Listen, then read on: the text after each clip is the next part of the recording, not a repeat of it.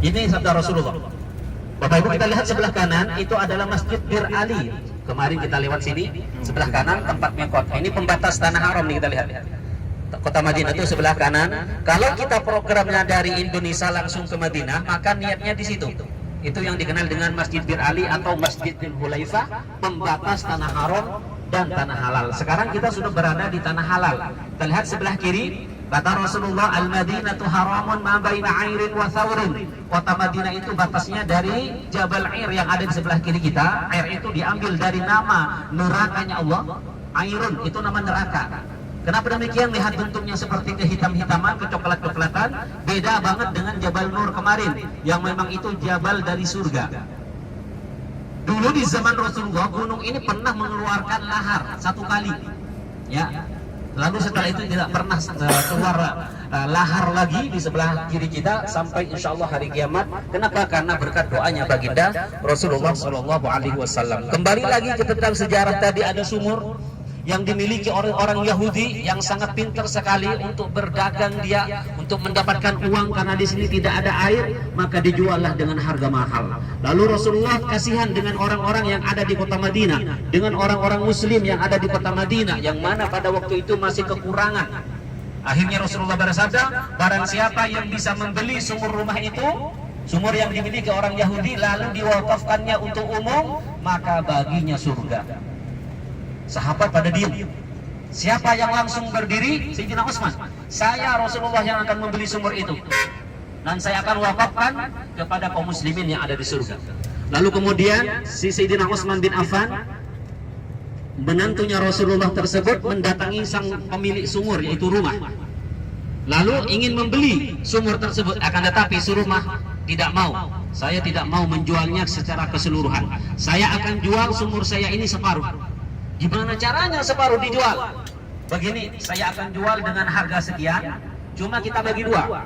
Hari ini orang-orang yang beli itu hasilnya buat saya. Nah, besok kamu yang ambil hasilnya. Kata si orang Yahudi ini, oke, nggak apa-apa, kata si Utsman. Saya terima, saya beli dengan harga yang kau inginkan. Dibelilah itu, kesepakatan. Akhirnya setelah dibeli, pada hari itu dijual mahal oleh si rumah. Orang-orang yang beli biasa seperti biasa, dijualnya seperti harga biasa. Namun setelah bagian Sayyidina Utsman besoknya, orang-orang pada datang di situ, Sayyidina Utsman ada di situ. Apa yang dilakukan Sayyidina Utsman? Wahai penduduk kota Madinah, baik kalian orang Islam atau orang Yahudi, saya gratiskan untuk kalian semua air ini. Akhirnya apa? Orang-orang pada hari itu semua mengambil air, dan rumah wadah-wadah yang ada di rumahnya itu semuanya penuh dengan air karena gratis. Esok harinya bagian orang Yahudi. Nah ini pinternya Sayyidina Utsman. Besok harinya bagian orang Yahudi ini. Orang Yahudi sudah nunggu kedatangan orang-orang yang mau beli air ini. Ternyata pada hari itu tidak ada satupun orang yang datang. Akhirnya gigit jari orang Yahudi ini. Kenapa nggak datang ini orang-orang? Kenapa yang nggak datang? Karena sudah digratiskan kemarin. Orang-orang sudah nggak butuh air lagi. Akhirnya menyerah. Udahlah kalau gitu, saya akan lepas ke semuanya.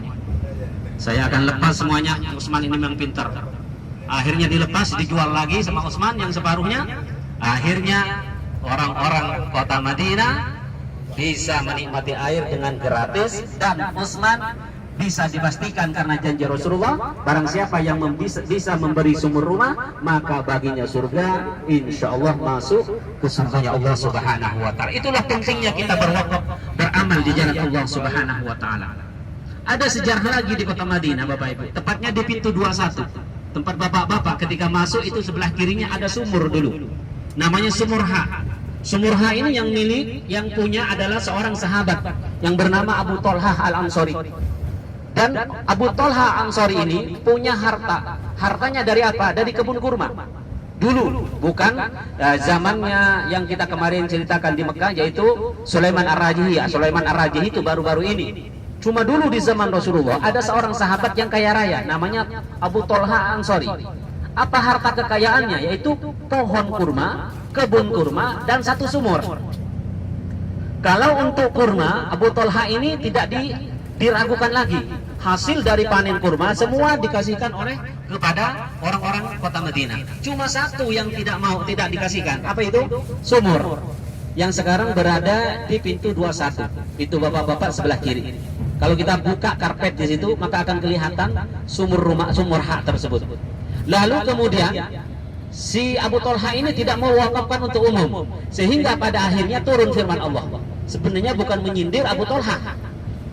Firman Allah turun kepada Rasulullah di kota Madinah yang berbunyi, "Lan tanalul birra hatta tunfiqu mimma tuhibbun." Itu yang diturunkan oleh malaikat Jibril. "Lan tanalul birra hatta tunfiqu mimma tuhibbun." Kalian tidak dianggap sebagai orang-orang yang baik terkecuali kalian bisa mewakafkan harta yang paling kalian sayangi. Itu artinya.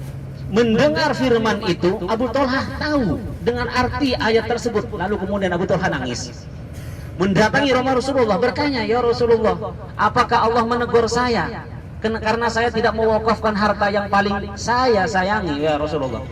"Tidak Abu Thalha, bukan. Ayat tersebut bukan menyindir dirimu, bukan. Itu adalah penyampaian malaikat Jibril yang disampaikan kepadaku." Akhirnya apa yang dilakukan oleh Abu Thalha, pemilik sumur?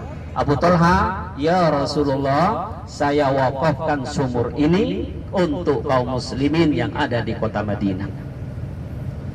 Makanya sumur itu bisa dinikmati oleh penduduk kota Madinah yang dekat dengan Masjidin Nabawi. Karena sumur rumah tersebut jauh dari Masjidin Nabawi. Orang kalau mau ke sana harus pakai unta.